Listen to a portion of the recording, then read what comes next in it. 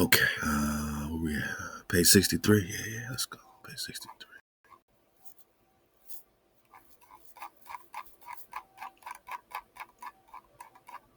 Woo. All right, I'm just gonna go.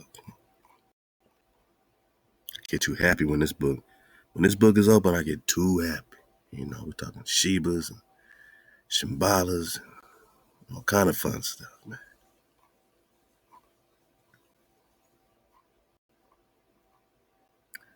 Yeah.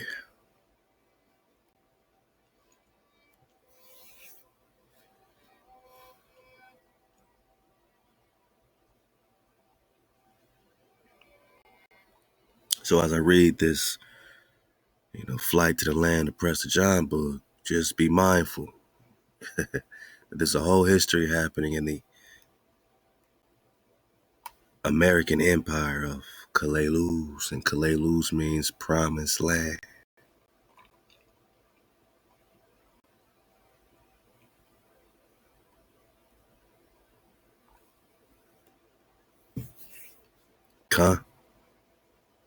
They say Jewish, we ain't talking about no Jews in 700 AD ruling in America. Stop it, boss. Just get that shit up out of here, man. Them people ain't wielding no swords with no dragons on them like they finding in Calalus in Arizona and New Mexico and all that. So that's not the same people. These people here that I'm reading about, these became the Toltecs, and then the Olmec Aztec flow, all the indigenous flow are coming out of Israel. This is a promised land conversation. Calalus records speak of Theodorus as a leader of the many peoples who leave the Roman lands for Calalus in 775 AD. Theodorus is none other than the Jewish king of Septimania, a Roman Jewish state in southern France. He is the son of the first Jewish king of Septimania, also called Theodoric, Thierry, Mary, America, but they don't even attribute America to Makir, right? Who is the king of Septimania. They don't attribute the name America to Ameri, the king of Septimania. 7 cities of gold. We're going to get back on the Covera flow and what they're looking for with the Coronado expeditions. And you're seeing how the indigenous American history is coinciding a whole lot with the biblical Hebrew history. It's coinciding a whole lot with this Genghis Khan, Mongol, Kara, Katai, Wong Kong, Prester John flow. And you see it's all the same thing. And I said body bag for the illusion. A Maru is a Mari, is a more than a more. But which more, right? Which great? I want more. You can only be more if you're coming out the loins of David, of Jacob. We're talking about more, you know what I'm saying? This is what this world war is about. This is what the power struggle to this day is about, keeping these cons docile, keeping them in the NBA and NFL, keeping them busy, keeping them chasing money, sex, drugs, and alcohol, fame. Now they got social media, man. Distracted. But pay attention that it says he and his brothers were great warrior Davidic princes or khans of the time of Charlemagne, right? So I ain't making this stuff up. We got receipts when we talk Charlemagne. This is what we are thinking about. We thinking about the Forbidden Histories of America by Daniel Lowe. We thinking about the time of Charlemagne with the great warrior Davidic princes. That means we're talking David. On the death of his father Makir, so his dad was also Ameri or Makir, which is the mark. Theodoric in about 765, Nehemiah Theodoric becomes the Western Exarch, or the leader of all the Hebrews of the revived Western Roman Empire. So the Eastern Romani were different than the Western Romani. Which one was connected to the actual Romani? When you know that Ramon means what?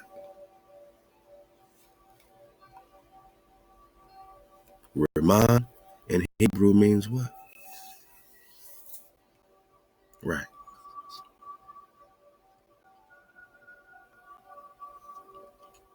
And Caleb and Joshua had to find the what to prove that they were in Calalus, or Promised Land.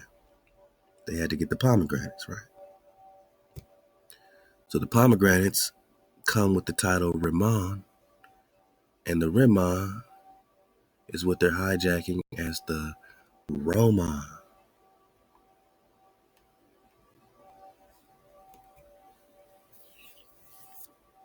The one-letter rule, Horace Butler, he done told you. The Ramon is the pomegranate, right? So, all right, I'm just covering some bases for my niggas in the back of the class, man. So, Calalus means promised land. And the Ramon is the pomegranate, proving that you are in the promised land. And we're talking about Nehemiah reconquering, which means that he must have already felt like his family had it at one point. And he's going to war against Solomon the builder, and matching up to, in the days after Solomon, the kingdom's being divided, man. And this is right around this type of turning point where the American empire, or Jerusalem, or Israel, is being divided by an infighting of Makirs and Exarchs and Davidic princes. Now match that up with the brothers, David's sons, like Anan, like Aniah, like Daniel, like, who's the other one? Hanan, Canaan, you know what I'm saying? And just the infighting that was even going on between Daniel and Anan, and both of them being raised up as exarchs, but by who? Daniel's in the court of Nebuchadnezzar being raised up, but to his brothers on the outside who are not in, or in captivity, but not in the castle, right? They're not. These are the field Negroes, right? So to the field Negro outside the castle of Nebuchadnezzar, Daniel looked like he's being raised up by the hijack, right? Oh man, you ain't no exarch to us. You ain't no exarch to the field Negro. Nebuchadnezzar, the king of Babylon, made you ruler, leader of the Jews. Nah, man. Even though they knew that he's Daniel, son of David, but another son of David, Anan, he's being raised up by his people, man, right? So you got the Ananites popping off and all that. So you have these warring sections of David in history all over the place, whether biblical, this or that. And this time of Charlemagne seems to be really active in our investigation. And Charlemagne just means great king. So let's just remember, these are just titles. Charlemagne just means great king. 775, Nehemiah Theodoric reconquered the American empire of Calalus. Calalus was ruled by Sylvanus Told, Texas, Solomon the Builder, the hereditary ruler of this Israelite-ruled Rimmon colony.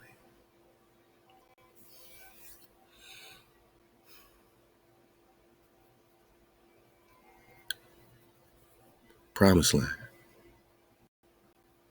Okay. Searching for the Preston. We looking in between the timelines. Calalus was founded in the 1st century BC by the Babylonian exarch known as Sylvanus Ogam, exilarchs. Whether we're talking 700s here, whether we're talking 1200s here, 1300s here, we still talking about exilarchs and Davids. This one being the son of Raja Chola, Jadaran, Prestigian, the Pandion, father of ShaLaWam, who they call the Jewish king of Telmas.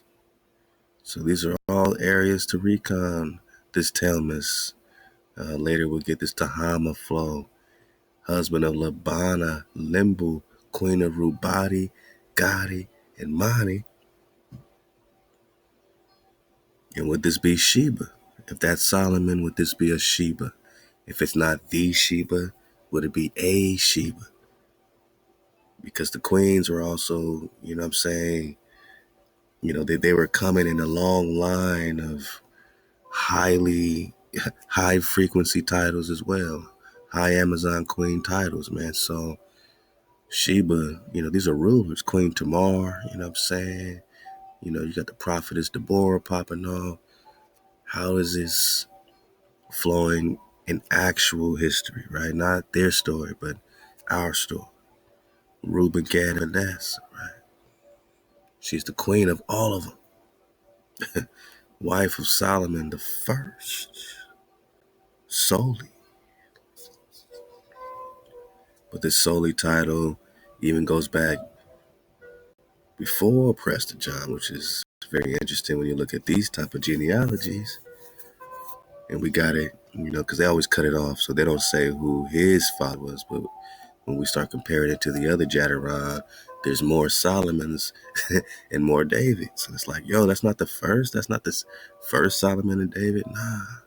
It's like we're just picking it up in the story and we talk, you know, biblical situations. They're giving us one shade, 1 degree of the whole pie, of the whole vision. You know what I'm saying? We got to see clearly with a 360-degree dragon fly perspective.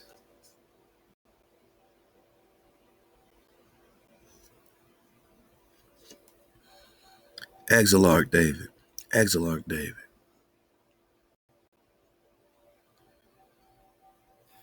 Western exilarch and leader of all the Jews.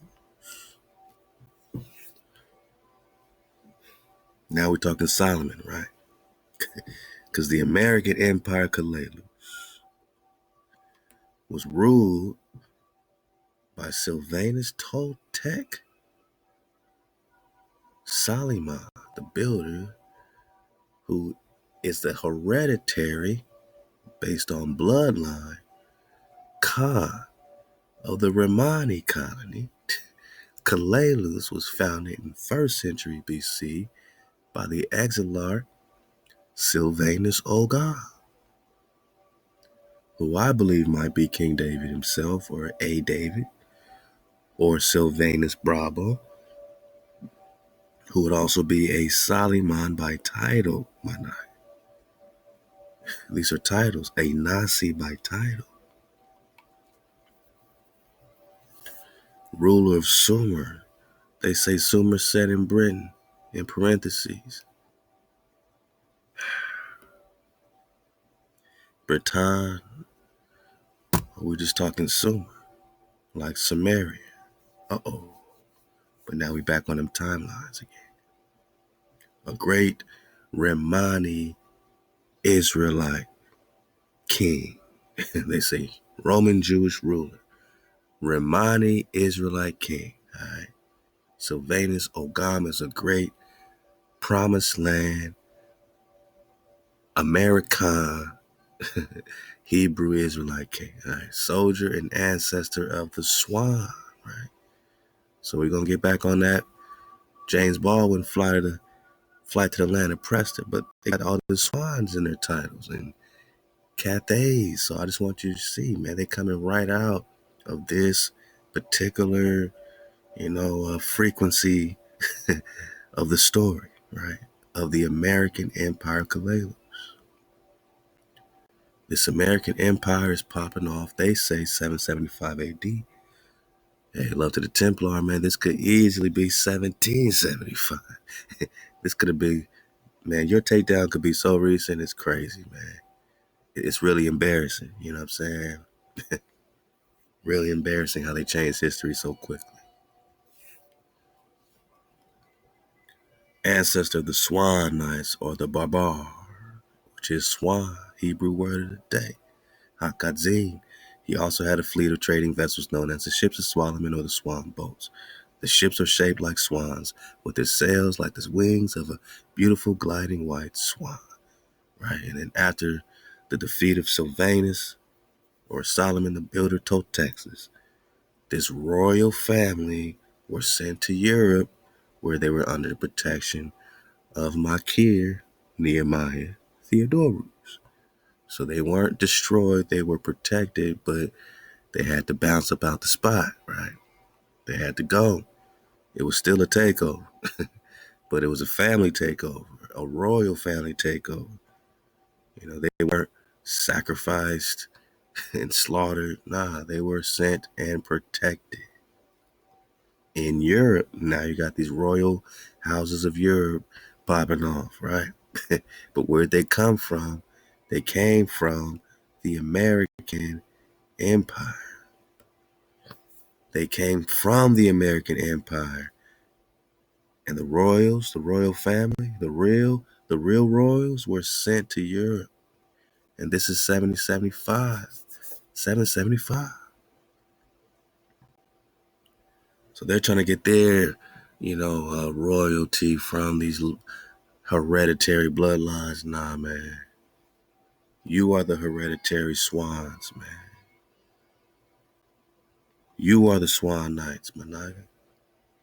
You are the royals. You are the royal family. This is your American empire. This is your promised land. And Septimania means 7 cities of gold. I'm talking about America. You too? You talking about Amari? Huh? Okay.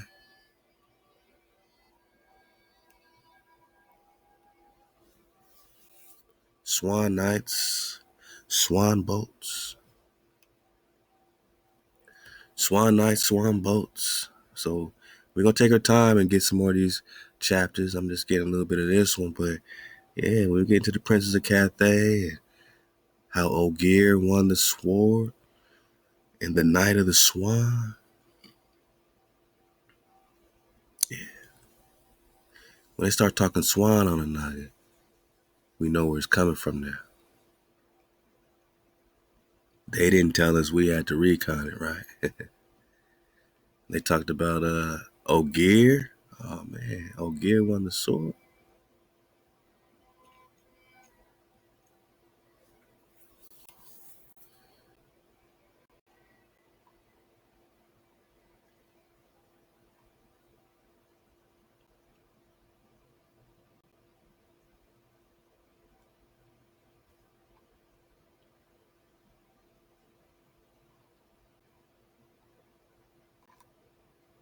Oh, okay. Here we go.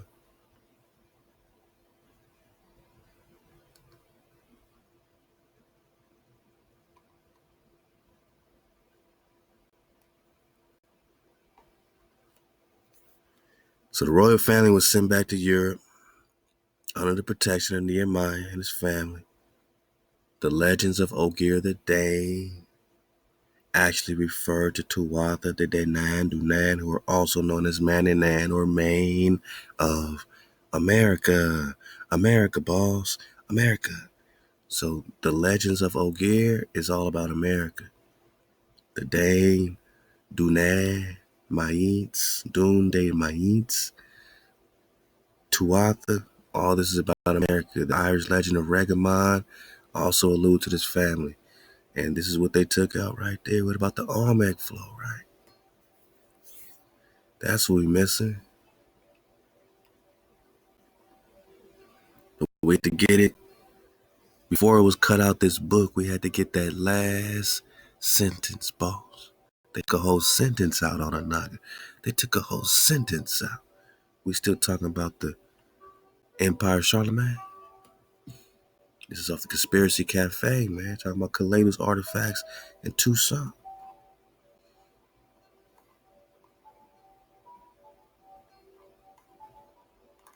Yeah. They breaking down the swan nights. Remembered in America as Quetzalcoatl. Oh, the white beard, stop it. Cut it, man. Cut it. He gonna give us a half-truth. A half-truth. Yeah, we're talking about Quetzalcoatl.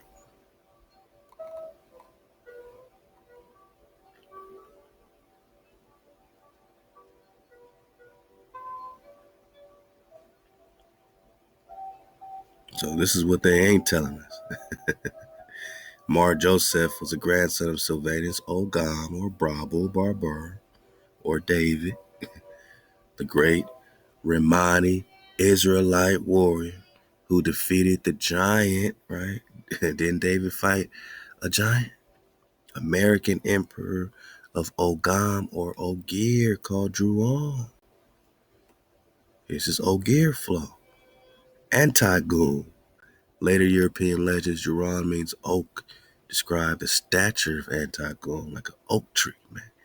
The Ogam script was named for Sylvanus Ogam, or David. We got to dig on that, how it relates to the Voynich manuscripts. I've been saying that for years, but it's going to click one day. This Voynich manuscript, man, we're going to decode this thing. We might use that Ogam script to help decode it. Solomon II, Shalom, Sulam, Salim, Selvis. All this is Solomon. Solomon is Sylvanus, same name as Shalom or Sulam or Salim or Salvo, who brought it to America or from America to Europe. So this Ogam script, all this Celtic flow connects to it, comes from America. Ogam or Ogam is the legendary home of the ogres, like Shrek. And I believe that they refer to the Olmec culture of Mexico. Say it with me, my naga. Body bag. Yeah, we're talking about the shashir. The sheer. The sheer. Because the Olmec called themselves the she. The sheer. God.